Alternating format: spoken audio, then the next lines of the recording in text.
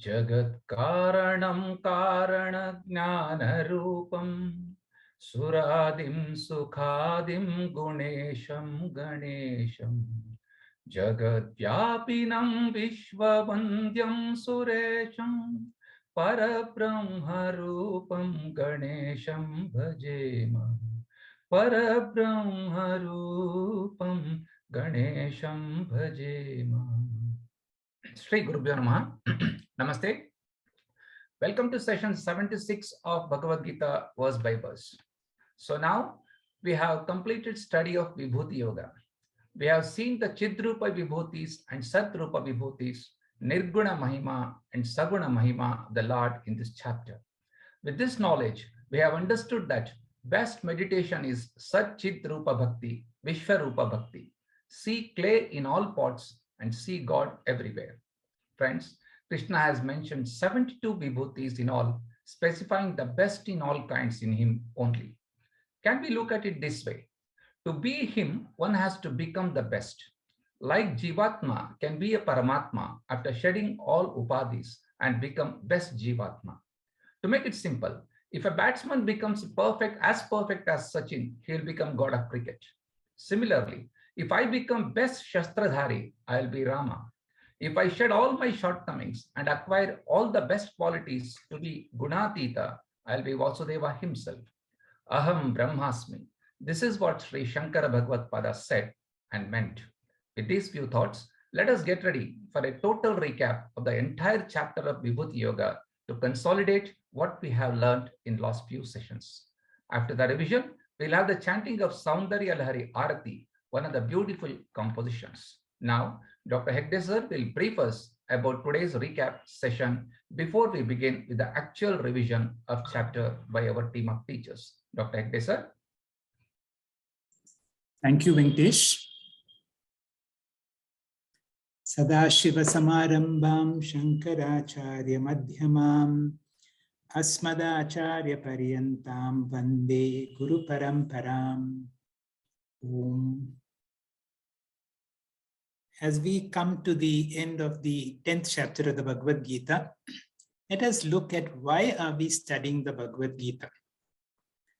Adi Shankara in the Bhajagovindam song had said this very often quoted verse, Bhagavad Gita Kinchid Adita. Those who study the Bhagavad Gita, and in addition a few other sadhanas, he concludes, Kriyate Tasya Yamenana Charcha.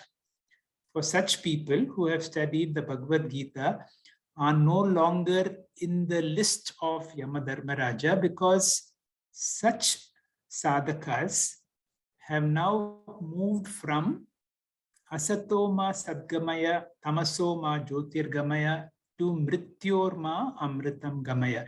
They no longer see themselves as mortal. They have moved to the domain of the immortal because they have understood their true nature. By studying the Bhagavad Gita, we understand our true nature as Satchit Ananda. And one of the aphorisms that we need to meditate again and again is that I am of the nature of eternal, all-pervading Atma. My true nature is eternal. I am all-pervading and I am consciousness. That means I am Satchit Ananta or Satchit Ananda. The more I identify with my consciousness as my true nature, slowly one thing happens, that whatever happens to the world around me, my family, my job, my possessions, and finally my own body and mind, the great understanding is anything can happen to them, but I am not so adversely affected because I have less and less identification. The ahankara and mamakara is gradually gone because now I identify with my higher nature. What really happens is, the aim of all Bhagavad Gita is this. While that is very lofty and may happen at some stage, as we study each chapter of the Bhagavad Gita, let us see how studying the 10th chapter, for instance, how do I gain inner strength? How does it contribute to my happiness? In today's class, we will have a very quick summary of the entire Vibhuti Yoga. 42 verses will be presented by 5 speakers. The whole objective of the Vibhuti Yoga is to be able to see God or even godliness in the world around us. Now, this is a stepping stone for the next chapter, which is seeing the whole world as a body of God. That means in this world, there will be good things, there will be some things not so good. As Bertrand Russell said, the secret of happiness is to face the fact that the world can be horrible, the world can be terrible. And yet, if I'm able to have that vision of the world, that the good and the bad together is Visva Rupa Isvara, that is our whole preparation. Then I do not have strong likes for something and strong dislikes for something. And that is a stepping stone for the Arupa Isvara Darshan. Right now, let us focus on Vibhuti Yoga. And this is something that you will see at Bangkok International Airport, the symbolic representation of Samudra Manthan. This is a wonderful Puranic story, very relevant when we are studying the 10th chapter of the Bhagavad Gita. The word Manthan literally means churning of the mind. But very symbolically here, you have 2 categories of people who plan to churn the milky ocean to get the best out of it, to get immortality, to get Amrita. The Devas and the Asuras are traditional rivals. But for once, because they had a very great project and they found that by themselves they are not able to accomplish, they wanted to put all the forces together. They decided to collaborate and churn the milky ocean so that they can get Amritam. Now they required a churning rod. They could get Mount Meru. The rope was Vasuki. They had a lot of dispute as to who will hold the head end and who would hold the tail end. Finally, when they put everything together, the whole Manthara mountain sank into the sea. And Vishnu Bhagwan had to come as Kurma to be able to support it and to prop it up. Anyway, the process was started. But even before you get Amritam, they discover there are many things which come whenever you do a process of Manthan. That means whenever you go through a reflection process, before you get a clear understanding, before clarity comes in, a lot of negative things can come. And one of the negative things that come out is the terrible poison of halahala. And that required none other than Lord Shiva to consume it so that the whole world is not contaminated by the poison.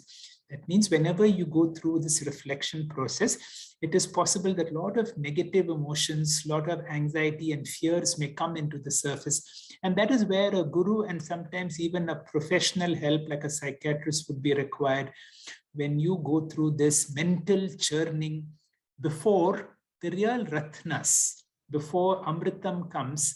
In this Samudra Mathanam story, Kalidasa had mentioned in one of prayer called Mangalashtakam, the 14 Ratnas that came. To list them very quickly, it was Lakshmi, the goddess of wealth, various Apsaras, Varuni, the goddess of alcohol, Kamadenu and Kalpavriksha, Airavata, Kaustuba, Chandra, and finally, of course, Dhanavantri appeared with the nectar.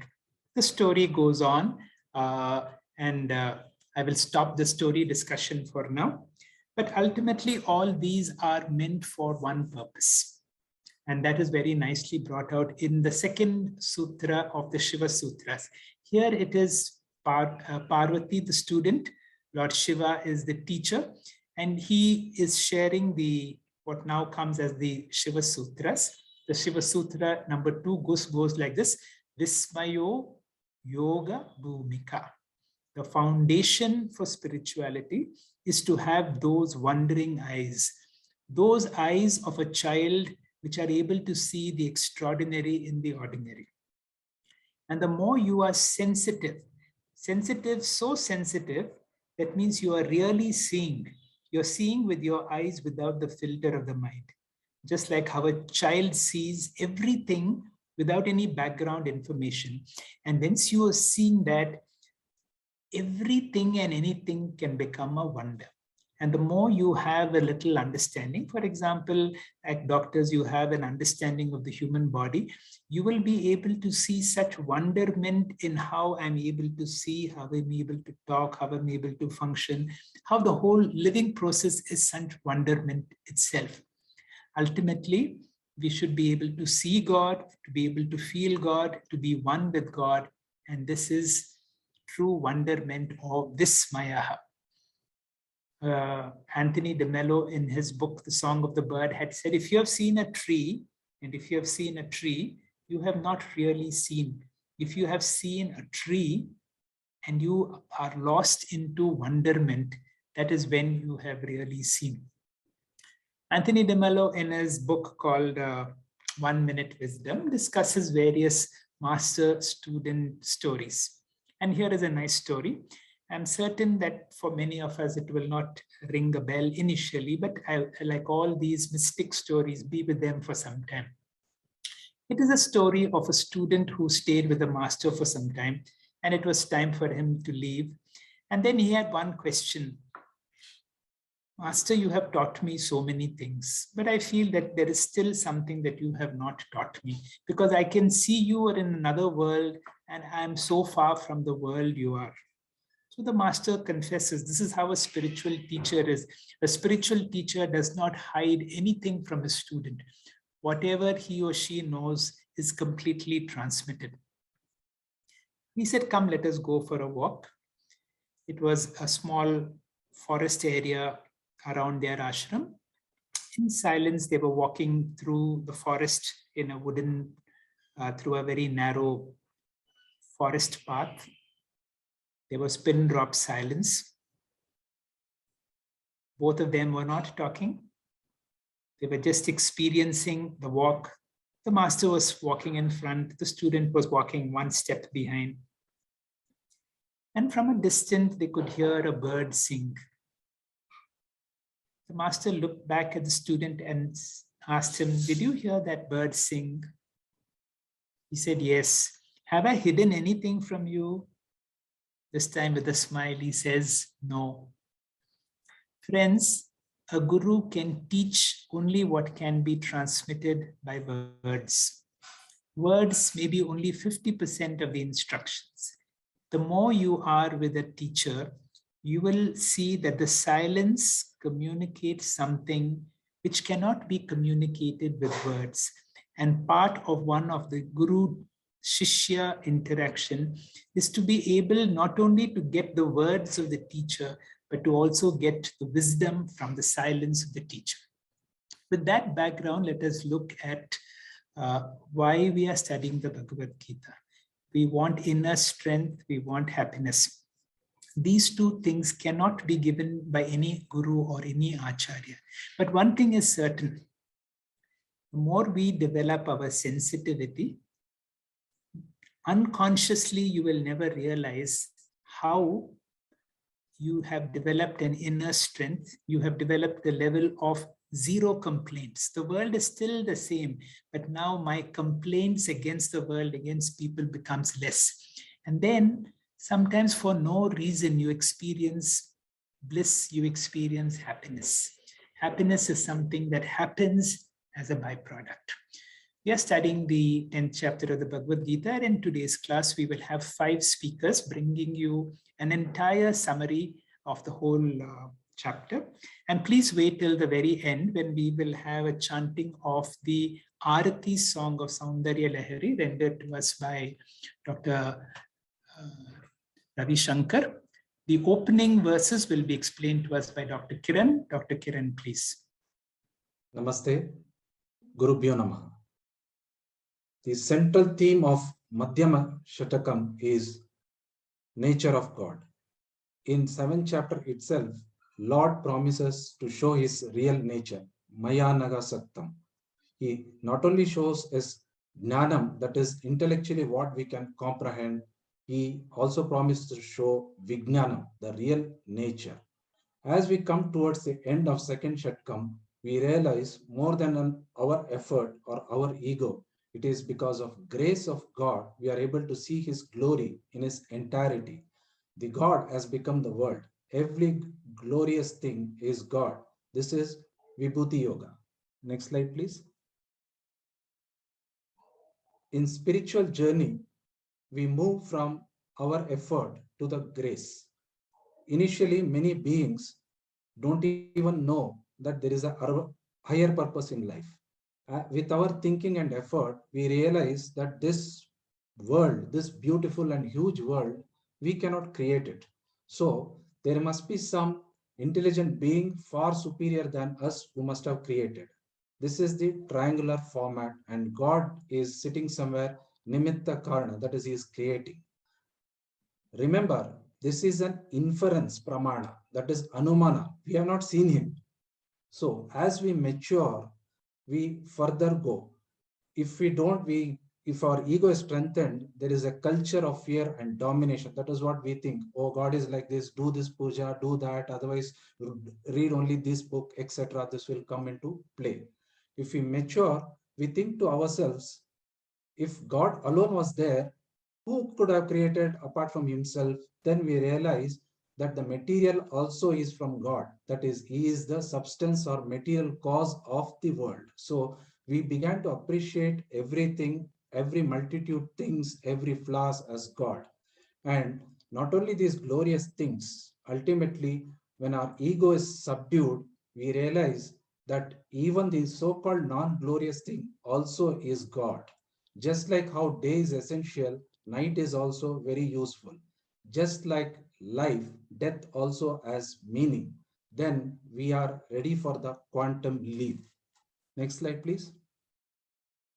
We appreciate God not only in bejeweled, glorious Venkatesha, but also in Icelingam. This is many a times we cannot even realize that these stages are there. Next slide, please. And often miss it. So here, Lord himself volunteers and says that I will show my real nature, that is Paramam, because what he is saying is not some other knowledge learned from some books, etc. It is his own Aparoksha Jnanam, because he himself is Lord Dakshinamurti. Next slide. So, in the next he says, neither gods nor sages know my origin. That means he is the ultimate awarer or knower of all these knowers. So he has blessed all these rishis. So he is the ultimate knower or Chit Swarupa. So in the first 3 verses itself, nature of God, Chit, Satyam, Jnanam, Anantam comes. And next verse he says, those who are identified with material world are mortals, but those who know me as birthless and causeless and infinite and identifies with me becomes me. That is, I am Anantam. Satyam, Jnanam, Anantam. Next slide. So, not only those glorious, Kailash or Kedarnath is where God resides, but also God resides in everything in our life. Let me tell you a story of Anthony Dimeli. Once, a master was known for giving quick vision of God. So a businessman early in the morning decides to visit him to get a quick view. He reaches the top of the hill. The master is in meditation. He places gifts and says, "Oh master, quickly show me the God." The master opens his eyes and looks at him and smiles. He says, "I don't have much time. I want to open the shop. Please show me." Then fleetingly looks away and looks at the horizon and keeps on looking. If you don't know, then you please tell, why are you in silence? And he walks off collecting back all the gifts. The master looks at the early morning, beautiful sunrise, orange-hued sky, the silence and the singing of the bird. And he thinks, if this is not God, then what else is God? I wish this man could have just turned back and he would have seen the God. So sad it is, and he goes back to his meditation. So let us now hear the glory from the Lord himself. Thank you. Om Shri Gurubhyo Namaha. In this portion, Krishna points out that God alone has manifested in the form of this universe. God, being a mixture of consciousness and matter, has manifested as the universe which is therefore also a mixture of consciousness and matter. For convenience sake, this universe is differentiated into two: internal world of thoughts, the Antara Prapancha, and the external world of beings, things and beings called Bahya Prapancha. Krishna says both internal and the external worlds are born out of me alone. To see God, you need not see in any special direction. God is everywhere and can be appreciated with eyes closed or open. So in verses 4 and 5, Sri Krishna mentions 20 emotions that manifest in varying degrees in different people. He declares these attitudes, emotions, temperaments, and dispositions in humans emanate from him alone. So he says, Bhavanti Bhava Bhutanam, the inner thoughts of all beings, Matta Eva Pratak Vidha, are born out of me alone in their distinct nature. So Sri Krishna has mentioned only a few emotions here, but his message through verses 4 and 5 is that he is the cause of our inner world of thoughts, the Antara Prapancha. Then what about the Bahya Prapancha, the external world of beings and things? He says, he is the causeless cause of that also. Thus, he is the cause of everything. He states in the 6th verse that before the external world came into being, he created the Saptarishis and the 14 Manus. And how were they created? Manasa Jataha. They were all created by mere will or sankalpa. And each of them has the same Swarupa as me, he says, Mad Bhavaha, just as every spark has the same nature of the original fire. And Yesham, from all these Manus alone, Imaha Praja Loke, all the later beings are born. So now in the previous shloka, it was pointed out that the Lord being the cause of the universe, the Lord has the potential to manifest as the universe, just as the seed has the potential to manifest into a tree. This potential power is in invisible form, just as butter is invisibly present in the milk. And this power is called Ishvara Yoga. And when this potential power of God or Ishvara Yoga becomes visible, then it is called Vibhuti or glory of the Lord. So in Sri Krishna declares in the 7th verse, Ya veti tattvataha, when a person knows this completely, knows what? Mama etam vibhutim cha yogam, this glory and power of mine, then what is the benefit of knowing this? Then he is blessed with avikampena yogena, blessed with unshaken knowledge. He will be taken to the 3rd level of Ishvara Darshana, that is the Nirguna Isvara Jnanam. For such a person, the formless God is the real God. It will become a strong conviction. He does not reject the Eka and Visva Rupa Ishvara. He can meditate upon all forms of Lord. For him, Bhagwan is not just in Vaikuntha, but he is everywhere. Sarvam Vishnu Mayam Jagat. So we start with Eka Rupa Ishvara and we will eventually come to Nirguna Arupa Ishvara.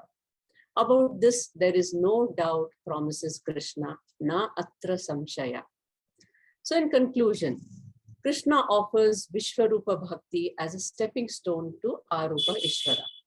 This chapter trains us to see God in everything and everyone.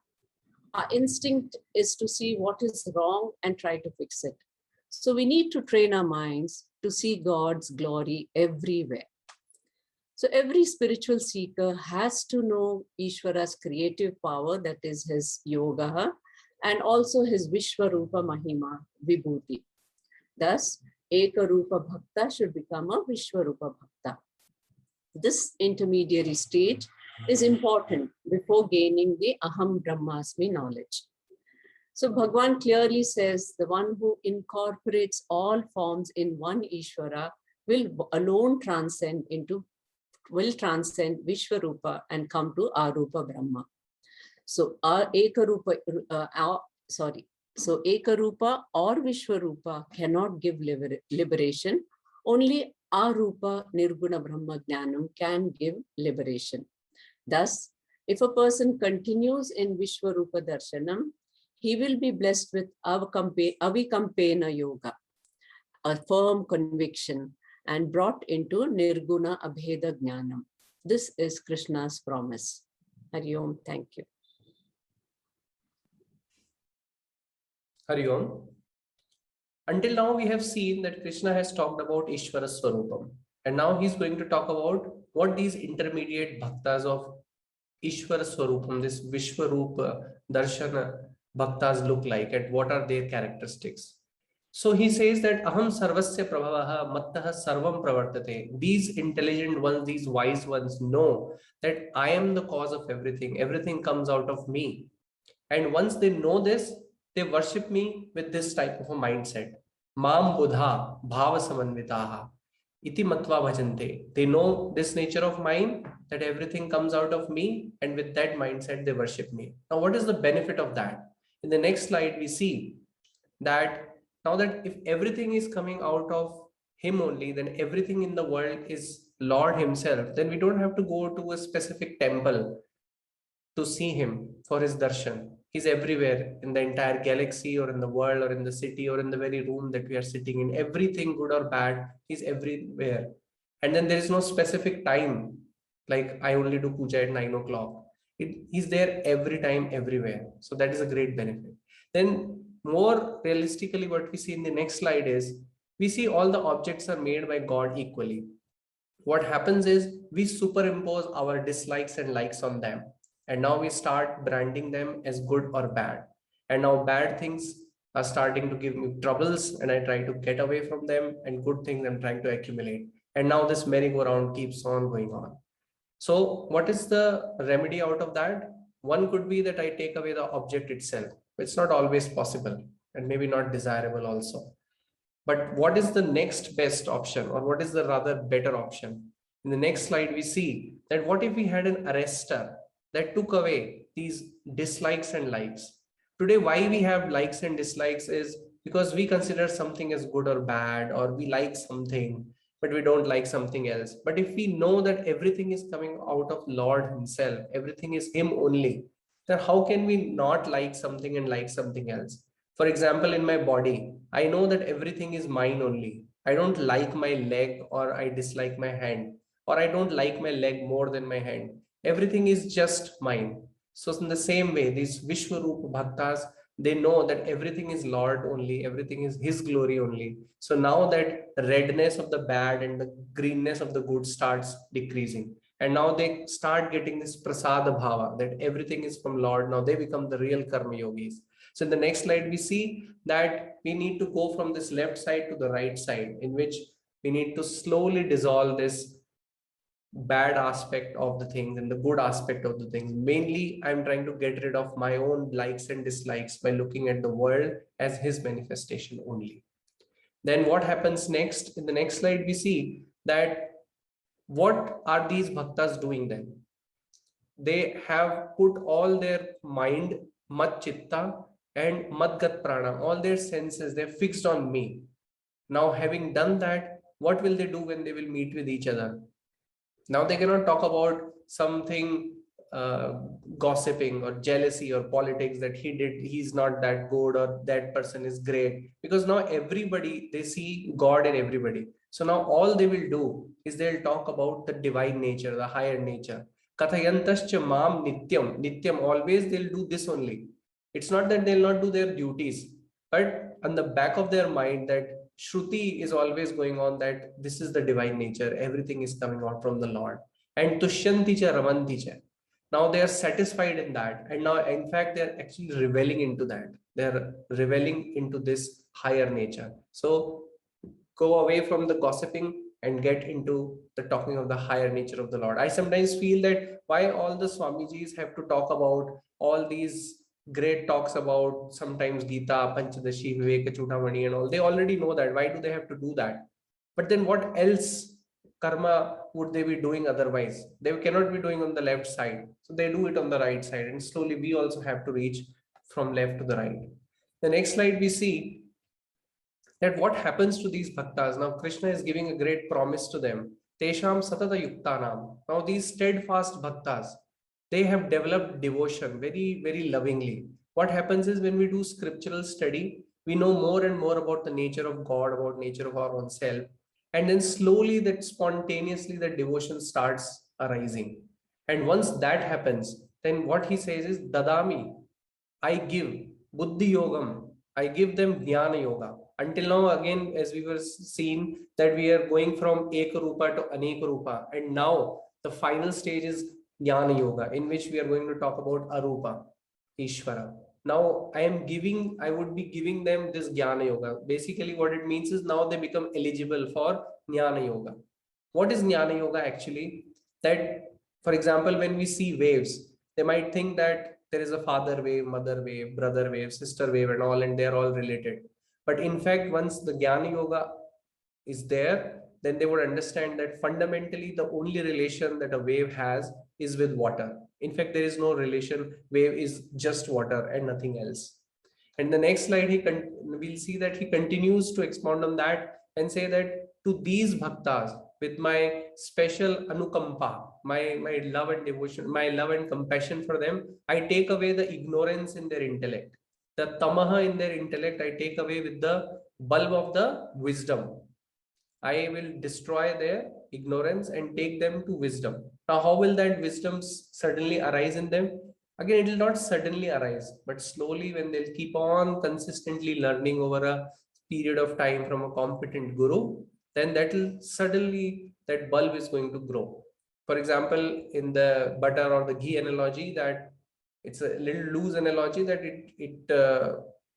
you churn and churn and churns. Initially, nothing seems to have happened, but then suddenly the ghee comes out, and now you start observing the differences in our lives. So all we need to do is this consistent learning. So in conclusion, we see that Krishna has told in the next slide that everything comes from me. Now a person starts getting this prasad bhava, prasad buddhi, whatever is coming to me is from the Lord. Now he's only reveling in talking and listening about the higher nature. And now he's graduating to the Jnana Yoga and finally to moksha. So Krishna has spoken about all of this, but now Arjuna has questions, which we'll see in the next presentation. Hari Om. Shri Gurubhyo Namaha, a summary of verses 12 to 18. Lord Krishna has already told Arjuna about Ishvara Swarupam and Virat or Visva Rupa Ishvara Bhakti. Virat means Vividam Rajate iti Virat, he who appears in manifold forms. Now, for this Nitya Yukta Satata Virat Bhakta, whose mind has expanded from Eka to Aneka Rupa Ishvara Bhakti, Krishna says, Dadami Tam Buddhi Yoga. I will give them Nirguna Brahma Jnana. Arjuna now reflects on this. Krishna had told him that I, meaning Krishna, am the cause of the universe. Therefore, I appear as the universe. Every glory or Vibhuti of this universe is my Vibhuti. This Vibhuti now fascinates Arjuna. He wants to know more. What exactly are Krishna's intentions, Arjuna's intentions? Arjuna aspires for a Visva Rupa Dhyanartham Alambanam. This dhyana should give him sadhana chatushtaya sampatti. He then has to shift to Nirguna Brahma Dhyana. He has to progress from being a Bheda Bhakta to an Abheda Jnani Bhakta. For this, he requires Visva Rupa Upasana Alambanam for his personal sadhana. He needs to know more about the Lord's Vibhutis.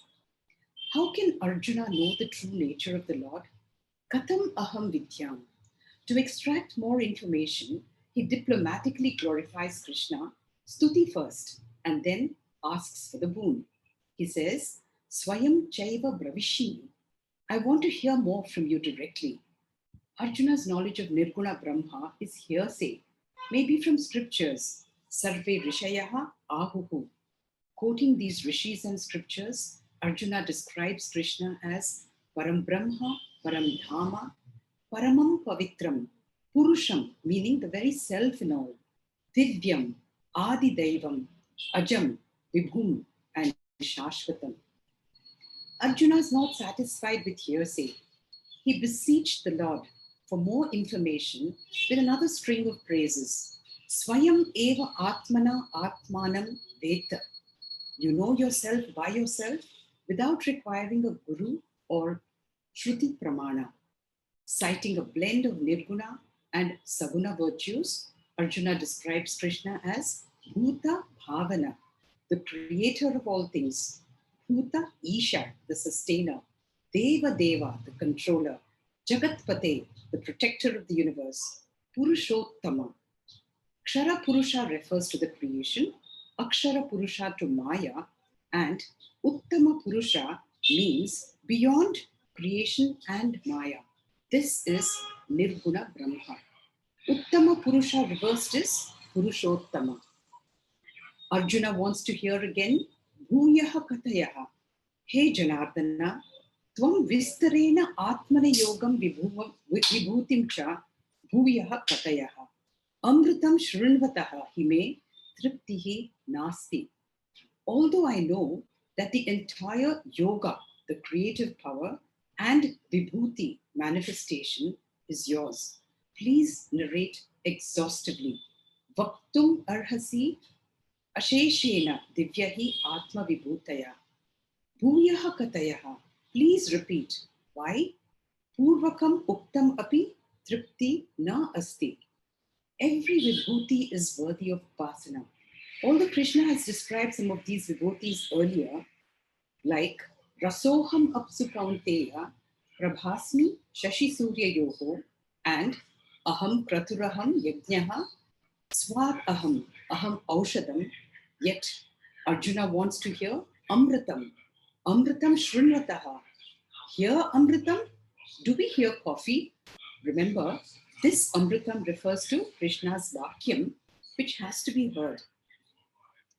Krishna then gives Arjuna a list of vibhutis, not Vistarena, not Asheshena, but Pradhanena, meaning a comprehensive list, because being Nirguna Brahma, his true nature is Ananta. Thank you. Shri Gurubhyo Namaha. Arjuna requests Lord Krishna to enumerate all his manifestation and divine glories in detail to be able to choose any of them as a symbol for meditation.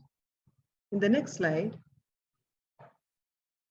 in these set of verses, that is 19 to 42, Sri Krishna provides a total of 72 extraordinary glories or expressions of Ishvara or Vibhutis from the infinite or limitless set of Ishvara's glories. In the next slide, Krishna begins the sample list of Vibhutis with Chidrupa Vibhuti, that is, Lord Krishna or Ishvara as I, the self or consciousness, is Sarva Bhuta Shayastitaha, that is there in all the living beings, that makes the living being live and sentient. Chidrupa Vibhuti of the Lord is subtle or abstract and ultimate order of reality, also known as Nirguna Vibhuti. Krishna says to Arjuna, which implies to all of us, Ahamatma Gudha Kesha, that is, those who have subtle intellect have the potential to conceive or meditate upon abstract, formless, colorless, dimensionless consciousness. Gudha Kesha means the one who is Sattva Guna Pradhana, that is, one who is eligible for self-knowledge. He moves on to state next in the list, that is, I, the consciousness, is all-pervading and is the cause of the beginning, if there is a beginning, middle, and the end of the creation. In the next slide, for most of us, it is easier to see Ishvara's glory in visible people and objects. Krishna elaborates various glorious things in the creation, which are nothing but his manifestation. They are referred to as Saguna Vibhutis. We will see them in the subsequent shlokas, that is 21 to 38, mostly related to the mythological or historical stories. Let us look at few of Ishvara's Vibhutis to understand Lord's glory. Lord Krishna says, Ishvara or Krishna himself is Vishnu of the 12 Adityas, brilliant sun, Marut or breeze, and the moon. With these expressions in our mind, we will never be disconnected from Ishvara. For example, in the day when we look at the sun, when the wind blows, and in the night when we see the moon, it is all Ishvara. Moving on further, Krishna says, the mind that gathers information from the senses and instructs our organs to act based on the input it receives is also an expression of Ishvara. In the next slide, looking at another prominent Vibhuti, Krishna goes on to say that the word Om, the essence of entire Veda, used as a symbol or alambanam in meditation, which is used for self-inquiry to achieve liberation, is also an expression of Ishvara. He continues the enumeration and says, Ishvara is expressed as Vasuki, the king of snakes, symbolizing our ego or ahankara, as Kamadhenu, which symbolizes our mind that generates all kinds of thoughts, and as someone devoting their life towards a selfless cause. As we continue our journey through manifestation of Ishvara, Krishna says, Ishvara expresses himself as the Sattva Guna in people with spiritual inclination, as the Vyavasaya, the effort involved in the spiritual practice, and as spiritual victory, which is liberation, the spiritual knowledge as a result of the effort involved. He also manifests as gambling to illustrate the power of Maya that can steal our faculty of discrimination, hence delude and deceive us. In the next slide, having provided a long list of Ishvara's divine expressions, Krishna concludes the teachings of 10th chapter with another Nirguna Vibhuti.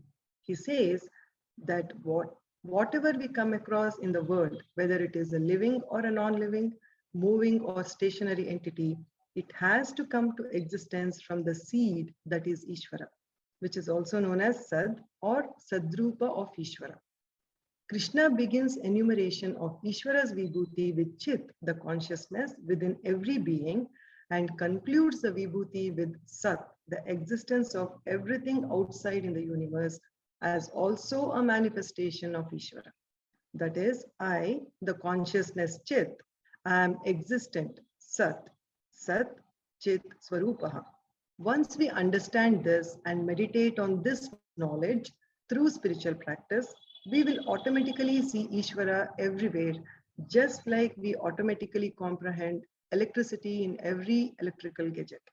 In the last slide, as Krishna ends the 10th chapter of Gita, he reminds Arjuna that the list of his Vibhutis is inexhaustible and gives a way to look at it with different perspective.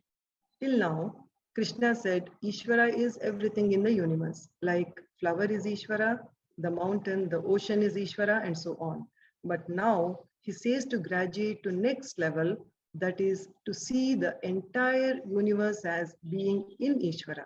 In other words, Ishvara or Krishna himself supports or sustains the entire universe by just an amsha or a portion of Ishvara. Ahamidam kritsnam jagata vishtabhya asthitaha ekam shena. Thank you, sir. Hari Om.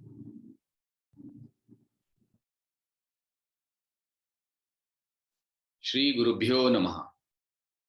Jaya Jaya Shiva Daite Harihara Virinchanuta Charite Karaya Mam Krita Punyam Tava Guna Ganaratam Mahite Tava Guna Ganaratam Mahite Sahasrara Kamale Satatam Vihar Rahasi Dhanye Shivakara Nijamancha Vilasite Chidananda Mudite Sharanye Chidananda Mudite Bhavani Mahidase Drishtim Vitarate Sakarunam Nijasa Yujya Padaika Vitaranam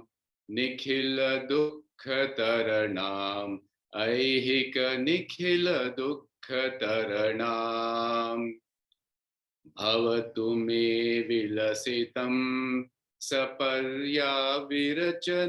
तव शिवे समकर निपात हिमकर समान दृशास्नपय कृपया मामपि दृशास्नपय कृपया अनेन धन्यमिमं मन्ये धरणिधर सुकन्ये